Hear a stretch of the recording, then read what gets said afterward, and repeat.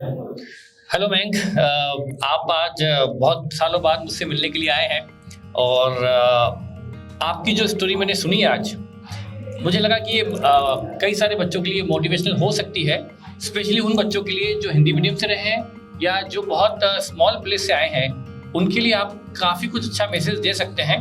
तो मयंक, जैसे कि आपकी 12th तक की एजुकेशन हिंदी मीडियम से रही, फिर आपने फाउंडेशन इंग्लिश मीडियम से किया, इंटर इंग्लिश से किया और फाइनल भी इंग्लिश से किया।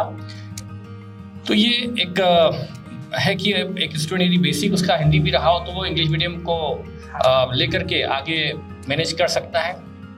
लेकिन उसके बाद की स्टोरी बहुत इंटरेस्टिंग है। उसके बाद की ये है कि वो हम इनसे पूछना चाहेंगे।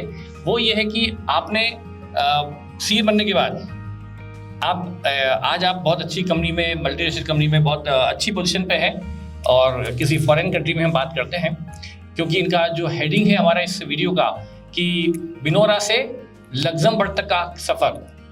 आज ये पेरिस के पास में एक कंट्री है लग्जमबर्ग, वहाँ पर ये जॉब कर रहे हैं।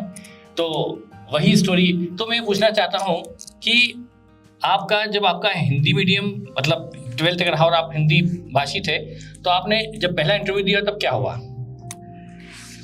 जब पहला इंटरव्यू दिया, the main challenge I faced was actually coming from Hindi medium, and when you're studying and everyone around you is speaking in Hindi, and जब आप Big Four join करने वाले हैं, then the challenge which comes in place is basically that you need to speak in English, because English is business language in which you are supposed to speak.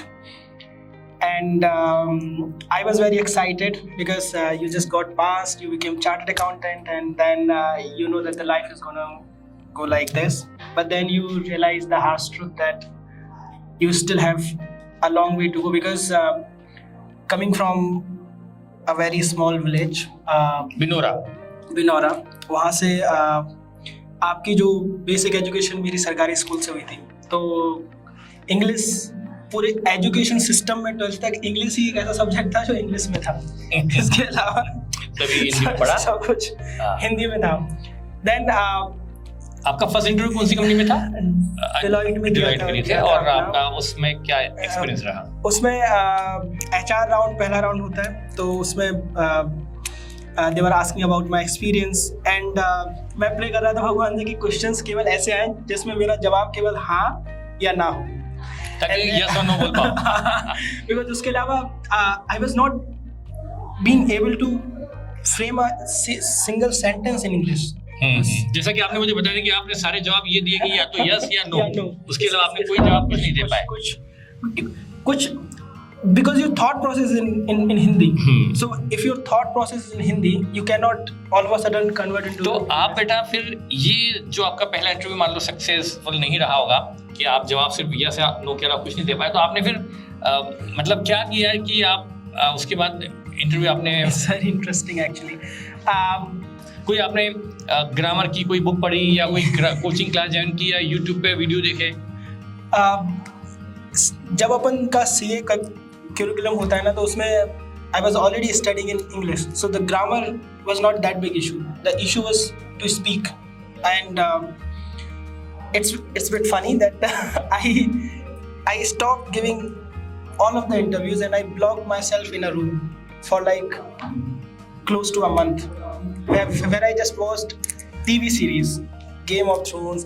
I didn't know that something like that exists in this world, but I got to know because I इसके पहले आपको नहीं पता था कि web series होती है, English में होती है, इसका नाम ये है। और आपने सिर्फ इंग्लिश को इम्प्रूव करने के लिए आपने कोई ग्रामर नहीं पढ़ी, और आपने, ठीक है मैं ये नहीं बोलता कि यही सही टेक्निक है, लेकिन ये उन्होंने, ये इनका अपना एक्सपीरियंस है, ये भी सही हो सकता है कुछ और भी के अलावा, लेकिन इनका ये रहा कि इन्होंने 1 महीने तक कोई भी इंटरव्यू नहीं दिए, बल्कि रूम में बंद होकर जैसे कोई सीए की स्टडी करता है ना, इन्होंने उस तरह से इंग्लिश को इम्प्रूव करने के लिए, स्पोकन को, तो उसके लिए उन्होंने वेब सीरीज देखी इंग्लिश वाली सारी। तो क्या आपको लगा कि हाँ, उससे सुनकर आपको एक्चुअल में सुनना अलग होता है, बोलना अलग होता है, बट क्या होता है ना सर, जैसे आप 18 घंटे एक रूम में बंद हो और आप केवल इंग्लिश सुन रहे हो, तो आपकी जो, मेरे हिसाब से जो आपकी साइकोलॉजिकल जो इफेक्ट है ना उसका, वो ये रहता है कि जब आपका पूरा इनपुट 100% अगर आपका, मैं किसी से बात भी नहीं करता था, मतलब मेरा ऐसा था कि मैं 1 महीने मैंने किसी से बात भी नहीं की थी, ओके केवल मेरे को सुनना है इंग्लिश में, और फिर उसके बाद जब वो फेज जब चेंज हुआ, then I realize that I am able to frame sentences. मतलब आपने इंग्लिश में सुनकर इंग्लिश में सोचना शुरू कर दिया, हाँ। बात नहीं की लेकिन सोचा इंग्लिश हाँ। में। Okay okay. And then it did. तो ये एक नई टेक्नोलॉजी पता पड़ी कि वेब सीरीज देखकर भी it's very funny, but that's funny, लेकिन ठीक है। पर एक्सपीरियंस तो एक्सपीरियंस है। पर मैं कहना चाहूँगा कि ये बहुत छोटे बैकग्राउंड से आए, हिंदी मीडियम से आए, इंग्लिश में उन्होंने सीए किया, लेकिन बाद में उन्होंने इंग्लिश इंप्रूव करने के लिए कोई भी किसी भी तरह की टेक्निक जुगाड़ लगाई हो, लेकिन किया, जुगाड़ ही बोलेंगे, और इम्प्रूव की। और वो अगले जो इंटरव्यू दिया उसमें फर्स्ट इंटरव्यू में वो सक्सेसफुल होकर वो अच्छी कंपनी में बिग 4 में चले गए। और उसके बाद आज ये पेरिस के पास जो पेरिस इटली, पेरिस के पास लग्जमबर्ग में जॉब कर रहे हैं। और ये भी कहना चाहूँगा कि इनके एक व्यक्ति के यहाँ सीए बनने से, घर में एक व्यक्ति के सीए बनने से इन्होंने पूरे घर को बदल दिया। मतलब पूरे घर की फाइनेंशियल कंडीशन इन्होंने इम्प्रूव कर दी। मदर फादर के लिए मकान, गाड़ी, सिस्टर को इन्होंने अच्छी एजुकेशन दिलवाकर उसको भी आज वो वहीं अपनी कंट्री में वापस लग्जमबर्ग में ही जॉब दिलवाने वाले हैं। और तो मतलब ये है कि एक व्यक्ति सीए बनकर अपने पूरे लाइफ, अपने पूरे परिवार की फाइनेंशियल कंडीशन, उनका लिविंग चेंज कर सकता है। तो ये आप उन बच्चों के लिए डेफिनेटली बहुत मोटिवेटिंग, मतलब मोटिवेशनल स्टोरी है कि एक स्टूडेंट हिंदी बैकग्राउंड से है या स्मॉल प्लेस से है तो भी वो काफ़ी कुछ कर सकता है। Just one line if I can say on chartered accountancy, sir, because मैं ना, क्योंकि being in Luxembourg I meet chartered accountants from different countries. They are from Italy, they are from France, they are from ACCA, from UK. Okay.